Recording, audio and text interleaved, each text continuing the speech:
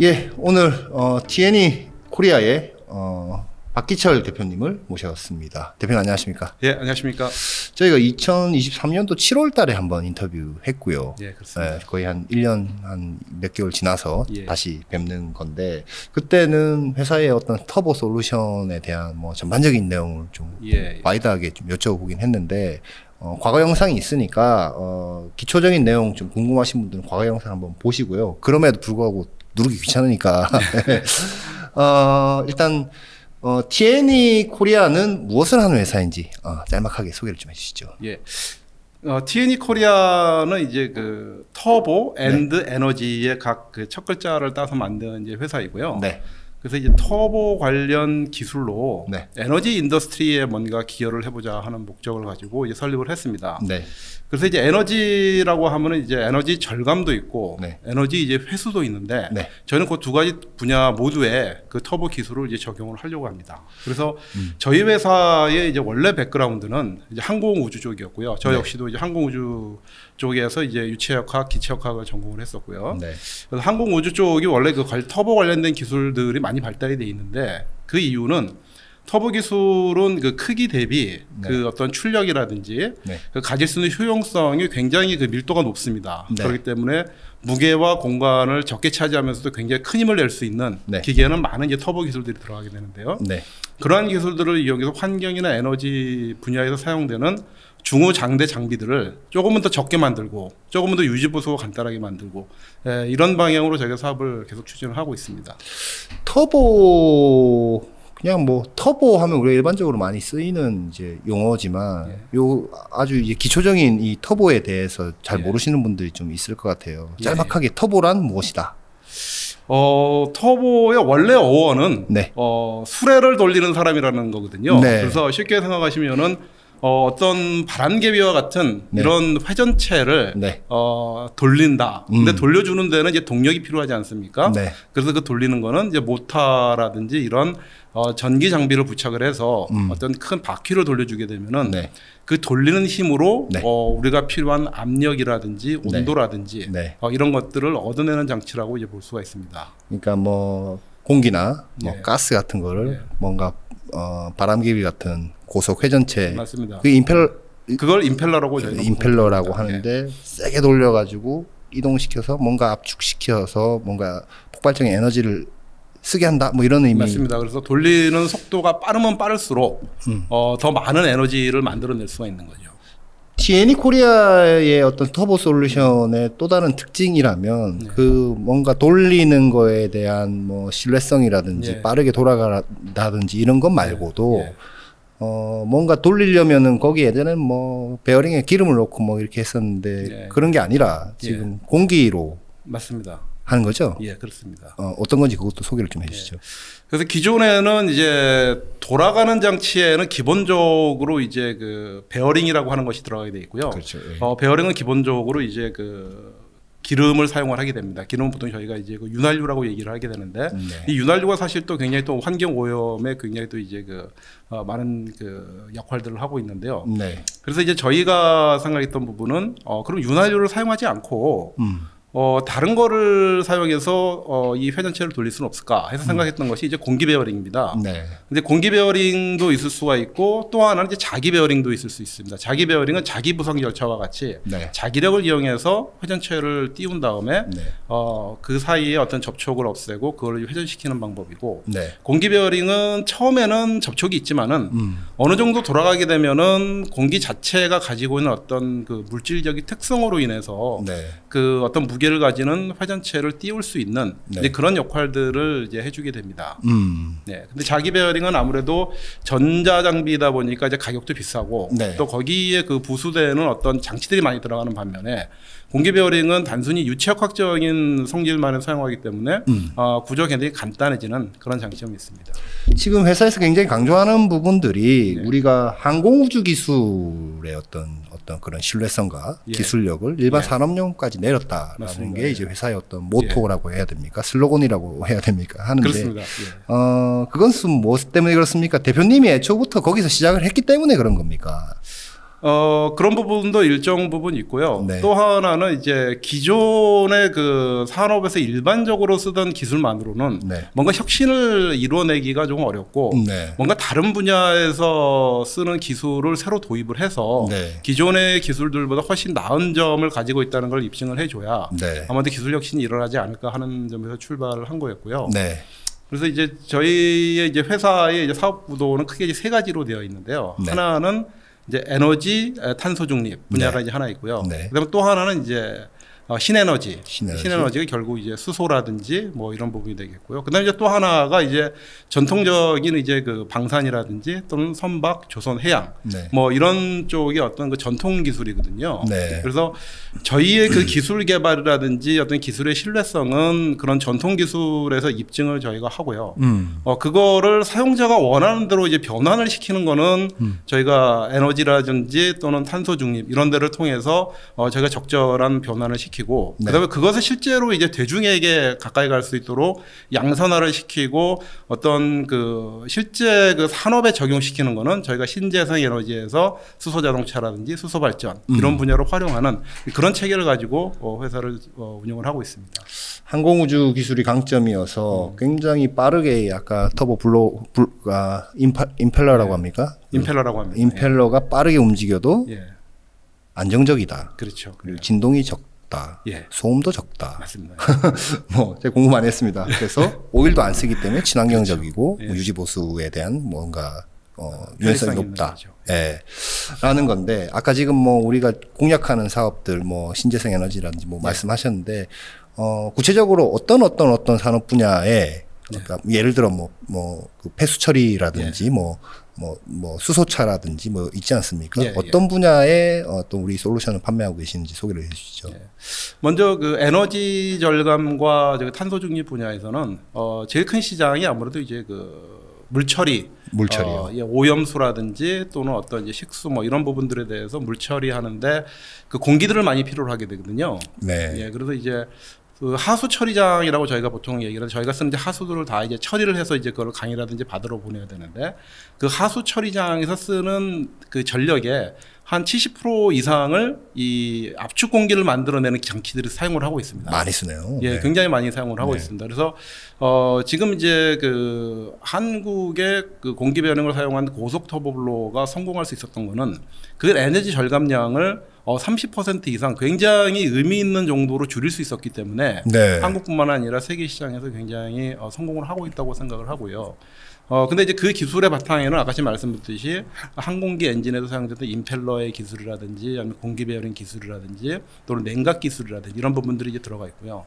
그래서 이 TNE에서는 이제 그 수처리에 사용되는 터보블로우는 이미 이제 개발이 시작된 지가 20년 가까이 되어 와 있고 어느 정도 성숙 단계에 있는 기술이라고 생각을 하거든요. 네. 그럼 이제 동일한 기술을 저희가 사용을 해서 이제 하는 분야가 이제 탄소 중립 분야라든지 아니면은 친환경 자연 냉매를 사용한 히트펌프. 또 이제 지금 가장 또 이제 문제가 되고 있는 부분이 사실 냉매 분야이거든요. 네. 그래서 이제 냉매가 1세대, 2세대, 3세대로 거쳐오면서 사실 이제 3세대 냉매 자체도 이제 올해부터는 이제 신규 생산이라든지 사용이 금지되고 한 45년까지 이제 80% 이상 감축해야 되는 부분이 있기 때문에 네. 그게 4세대 냉매로 넘어가야 되는데 4세대 냉매는 종류도 많지 않고 아직까지 여러 가지 문제점들이 있습니다. 그래서 이제 자연 냉매에 대한 관심들이 조금씩 높아지고 있는데 자연 냉매의 대표적인 게 이제 그 이산화탄소. 네. 그리고 이제 공기가 있습니다. 근데 이산화탄소는 또 어떤 기술적인 좀 어려움들이 있고요. 왜냐하면 압력을 굉장히 높인다든지 하는 이런 부분들이 있기 때문에. 네. 그래서 아직까지 그 효율은 좋지 않지만은 사용의 안정성이라든지 또는 환경성이라 이런 면에서 가장 좋은 게 결국 공기거든요. 그래서 공기를 냉매 대신에 사용하는 히트펌프를 저희가 사실은 이제 난방용으로는 이미 이제 시제품을 개발을 해서 네. 네덜란드에서 한 10대 정도로 지금 시운전을 하고 있고요. 아, 그래요? 네. 예. 근데 동일한 걸 가지고 저희가 에어컨에도 사용을 할 수가 있습니다. 좀 덜 시원한 거 아닙니까? 그렇게 쓰면. 시원하기는 훨씬 시원한데요. 아, 그래요? 다만 전력을 조금 더 먹습니다. 아, 전력을 조금 그래서 더. 결국은 이제 이거는 환경 문제와 경제 문제 요 두 가지가 어느 점에서 좀 이제 합의점을 찾으면은 결국 훨씬 더 시장이 열리지 않을까 이제 그런 생각을 하고 있고. 폐수 처리에 공기를 압축해서 많이 쏴야 되는 네. 이유는 그게 뭐 때문에 그렇습니까? 미생물 뭐 이런 것 때문에 그렇습니까? 그거는 이제 처리하는 오염수의 양에 따라서 네. 이제 달라지게 됩니다. 네. 오염수를 많이 처리하게 되면 많이 넣어줘야 되는 거고. 공기를요? 공기를 많이 넣어줘야 되는 거고. 그래야 그 미생물이 이제 그 산소나 이런 걸 먹기 때문에. 그렇죠. 아. 예. 그러니까 폐수 처리장에는 이제 공기를 필요로 하는 미생물을 네. 넣어주고 그 미생물들이 오염 물질을 먹어서 이제 정화를 시키는 이제 그런 구조가 돼 있거든요. 그래서 네. 그 미생물들은 고기 처리 양에 따라서 결정이 되는 거니까. 그렇죠. 결국은 공기 양은 그 얼마나 처리를 하느냐. 예. 네, 거기에 따라 결정이 될 것 같습니다. 그리고 그 부분이 있고 또 네. 다른 영역은 또 어떤 부분이 있습니까? 근데 지금 에너지하고 이쪽에서는 이제 말씀드린 이제 수처리, 그 다음에 히트펌프, 공기 자연냉매를 사용하는 히트펌프, 그 다음에 거기에 좀 냉동기라든지 이런 분야들이 있고요. 네. 그 다음에 이제 그 신에너지 분야에서는 계속 이제 수소차하고 수소 발전 이 분야 쪽에서는 이제 계속적으로 지금 저희가 개발들을 하고 있고 조금 속도는 느리지만은 네. 원래 계획했던 대로 계속 나아가고 있는 중입니다. 그래서 수소 자동차 분야는 아무래도 이제 조금 이런저런 이유로 해서 좀 이제 한계성이 있는 부분들이 있고요. 네. 다만 이제 수소 발전 부분은 이제 AI에 따른 어떤 전력 소비라든지 또는 데이터 센터가 이제 계속 늘어남에 따른 어떤 전력이라든지 또 미국 같은 경우는 이제 트럼프가 사실 이기로 왔지만은 그래서 이제 재생에너 이런 부분들에서 좀 부정적임에도 불구하고 예. 아무래도 이제 제조업이 미국으로 들어오고 전력 소모가 굉장히 많아지다 보니까 네. 이게 기존의 어떤 석탄이라든지 원자력만으로는 이제 한계가 있고 결국은 신재생 에너지 분야는 괜찮지 않겠냐 하는 이제 저희도 전망을 가지고 그쪽으로 계속 이제 노력을 하고 있습니다. 수소에도 어쨌든 수소와 공기가 만나야 이게 에너지로 쓸 수 있는 거니까. 그렇죠. 이게 많이 쓰이는 거군요. 예. 작년이 아니라 올해는 어떻게 좀 사업은 좀 괜찮으셨습니까? 올해 이제 제일 어려웠던 부분은 이제 아무래도 그 2차 전지 쪽 사업이 아무래도 좀 침체기를 겪으면서 저희가 2차 전지 사업 관련된 분야에 좀 납품하던 이제 공기 압축기들이 있었거든요. 그래서 이제 그 관련된 사업들이 이제 상당 부분 내년으로 연기가 되는 네. 이제 그런 과정에서 조금 이제 어려움이 좀 있었고요. 네.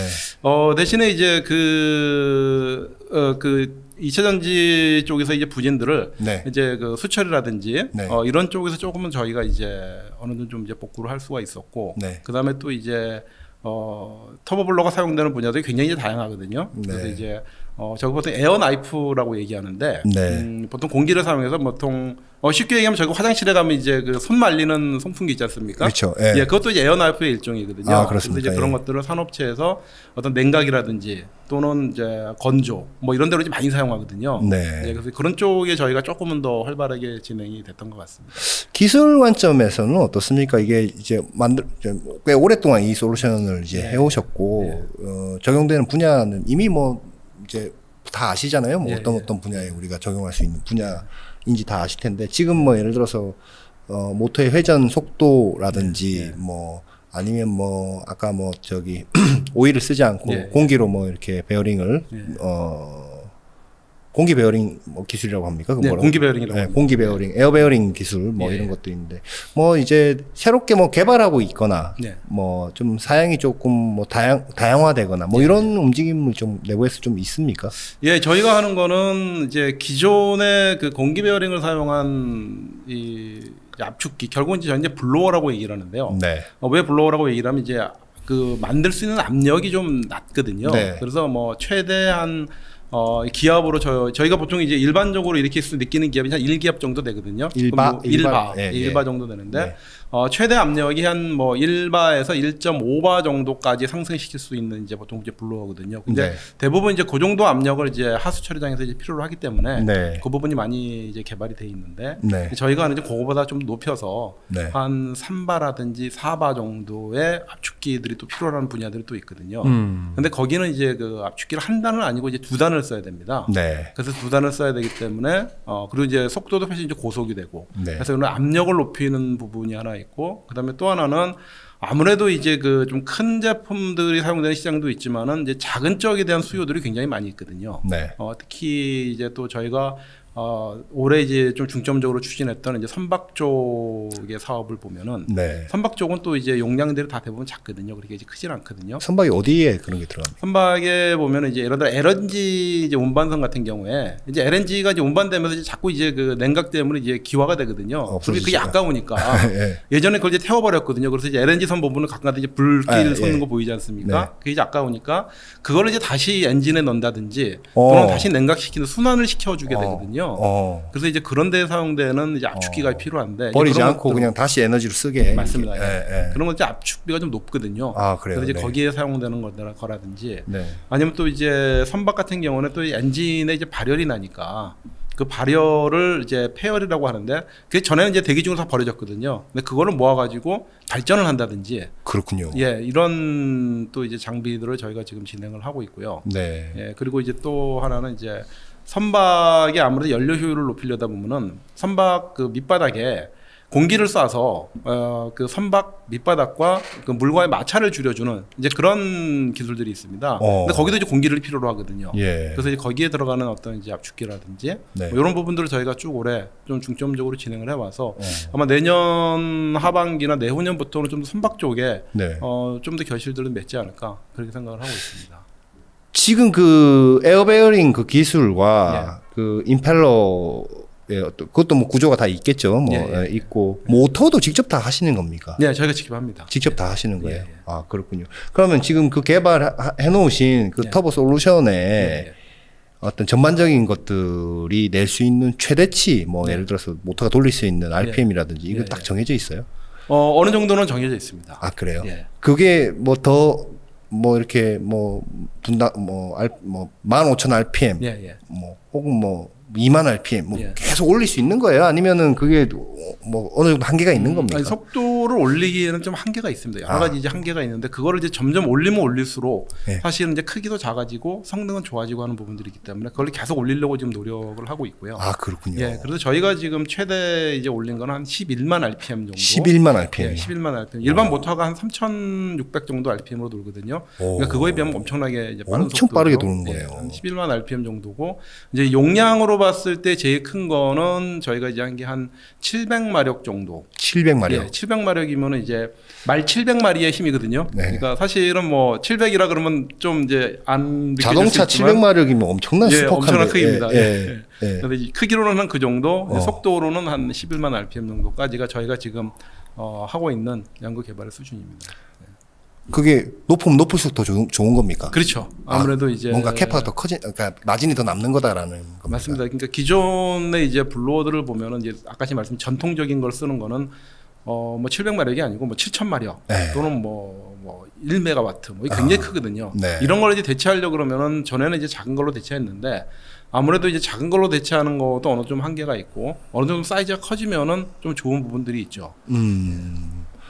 그러면 아니 그 이제 제가 또 여쭙고 싶은 거는 TNE 코리아 같이 이렇게 자체적으로 모터와 그 임팔라와 뭐 이런 그 아까 그 에어 베어링 이런 기술들 다 조합해갖고 자체 기술을 갖고 있는 국내 회사들이 또 있습니까?